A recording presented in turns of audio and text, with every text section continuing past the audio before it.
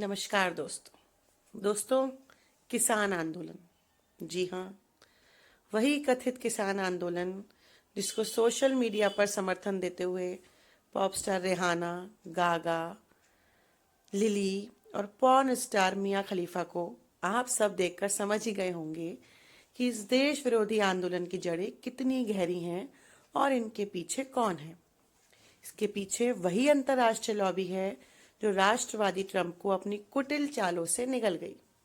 जी हाँ, वही ट्रंप जिसने अपने पहले भाषण में ही आतंकवाद का मजहब बता दिया था। वही ट्रंप जिसने सबसे पहले कोरोना वायरस को चाइनीज वायरस कहा था।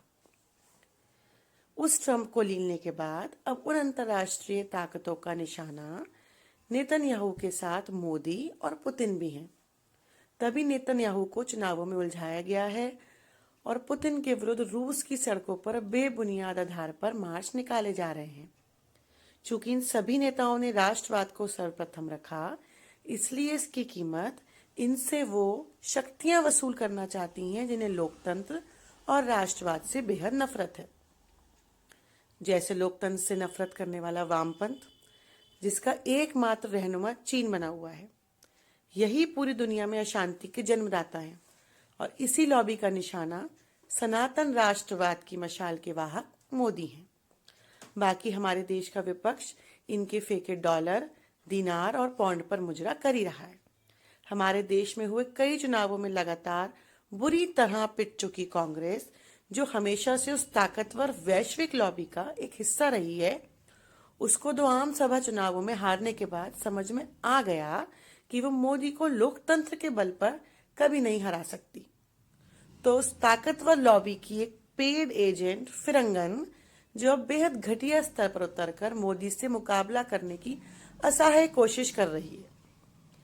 बहरहाल, पैसों पर कपड़े उतार देने वाले नंगे विदेशियों की सक्रियता देखकर आपको साफ हो जा रहा होगा कि अपने चारणों को सत्ता दिलाने के लिए भारत में सीरिया वाला माहौल बनाया जा रहा है, जिसके लिए विदेशी ताकतों ने अपना खजाना खोल दिया है।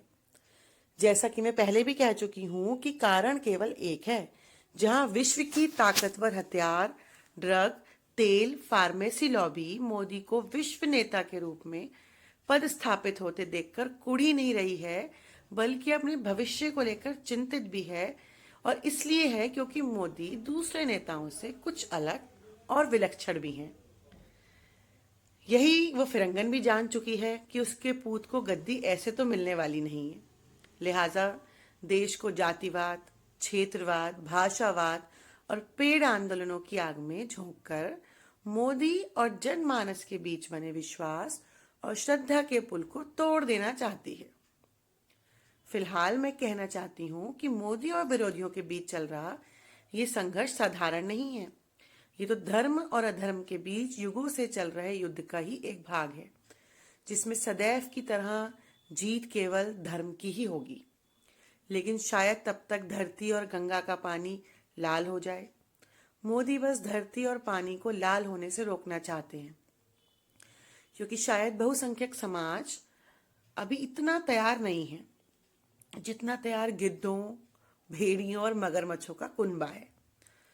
समझिए कि कांगियों, वामियों और जिहादियों का गठजोड़ वैश्विक रूप से कितना ताकतवर है और कितना सामर्थ्यवान और धनवान होने के साथ साथ सत्ता पाने के लिए वो क्या क्या कर सकता है और आगे क्या क्या करता रहेगा।